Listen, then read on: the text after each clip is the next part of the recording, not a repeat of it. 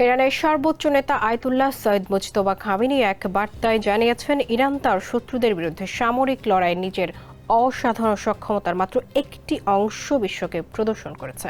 গত 1 মে শুক্রবার শ্রমিক ও শিক্ষক দিবস উপলক্ষে দেওয়া এক ভাষণে তিনি এই মন্তব্য করেন। তিনি দাবি করেন, 47 বছরের সংগ্রামের পর ইরান আজ বিশ্বের অন্যতম সামরিক শক্তি হিসেবে আত্মপ্রকাশ করেছে। তবে সামরিক শক্তির পাশাপাশি অর্থনৈতিক ও সাংস্কৃতিক ক্ষেত্রেও শত্রুদের রুখে দেওয়ার আহ্বান জানান তিনি।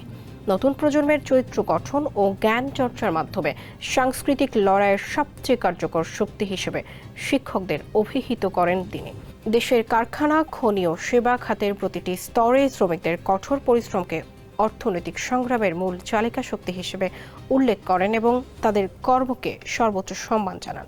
মুজতবা খামেনি জোর দিয়ে বলেন, একটি জাতির অগ্রগতির জন্য জ্ঞান ও কর্ম অপরিহার্য, যেখানে শিক্ষক ও শ্রমিকরাই প্রধান ভিত্তি। শত্রুদের ষড়যন্ত্র নস্যাৎ করতে এই দুই শ্রেণীকে নিজ নিজ অবস্থান থেকে সচেতন ও শক্তিশালী হওয়ার পরামর্শ দেন তিনি।